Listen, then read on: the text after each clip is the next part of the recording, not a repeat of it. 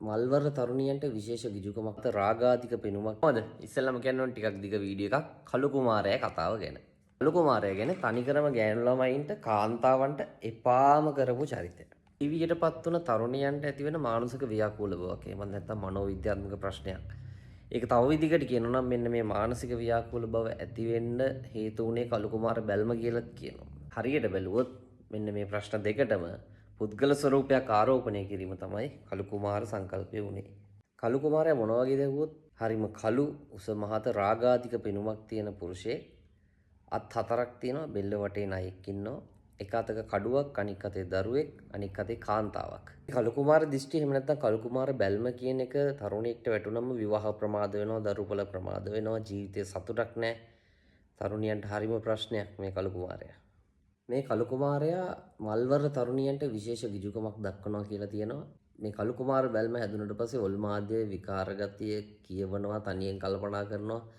ඒ වගේ ප්‍රශ්න ගොඩක් වෙනවා කියලා අපි අහලා තියෙනවා. ඊට අමතරව මේ කළු කුමාරයා ගර්භණී කාන්තාවන්ගේ කලල විනාශ කරනවා සහ දරුවෙකුගේ උපතින් පස්සේ වැදූගේ සන්නිය අධික රුධිරය වහන වීම වගේ ප්‍රශ්නත් මේ කළු කුමාර දිෂ්ටිය කළු කුමාර බැල්ම හින්දා හැදෙනවා කියලා සාහිත්‍යයේ තියෙනවා.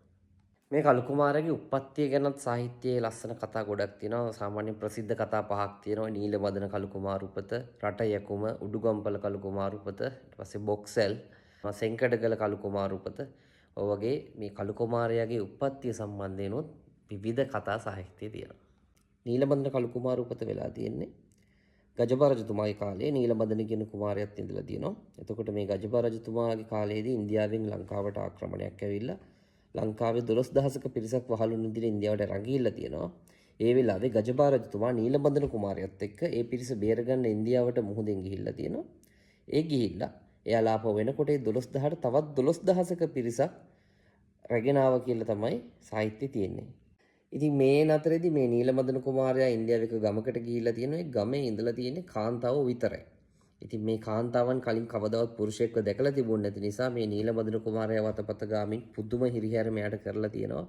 ඉතින් එයා ඒ වෙලාවේ මිය ගිහිල්ලා තියෙනවා. ඒ කාන්තාවන්ගේ අධික හිරිහැර දරා ගන්න බැරුව.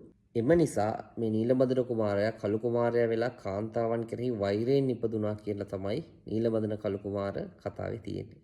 මේ කළු කුමාර දෝෂය නැති කරන්න විවිධ ශාන්ති කර්ම, විවිධ බලිතොවිල් ලංකාවේ තුලේ සම්ප්‍රදායත් එක්ක ඇවිල්ලා තියෙනවා.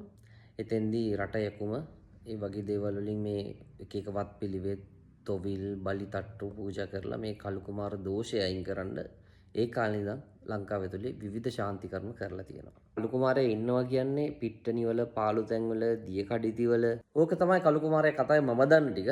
මීට අමතරව ඔයාලා දන්න දෙයක් තියෙනවා නම් අනිවාර්යෙන් කමෙන්ට් එකක් දාන්න. මීට වඩා ලස්සන තව කතා තියෙනවා නම් ඒවත් කියන්න. මේක කළු කුමාර දෝෂයක්ද, බැල්මක්ද, මානසික ප්‍රශ්නයක්ද? ඔයාලා දන්න දේවල් කමෙන්ට් එකක් දාගෙන යන්න. King enough.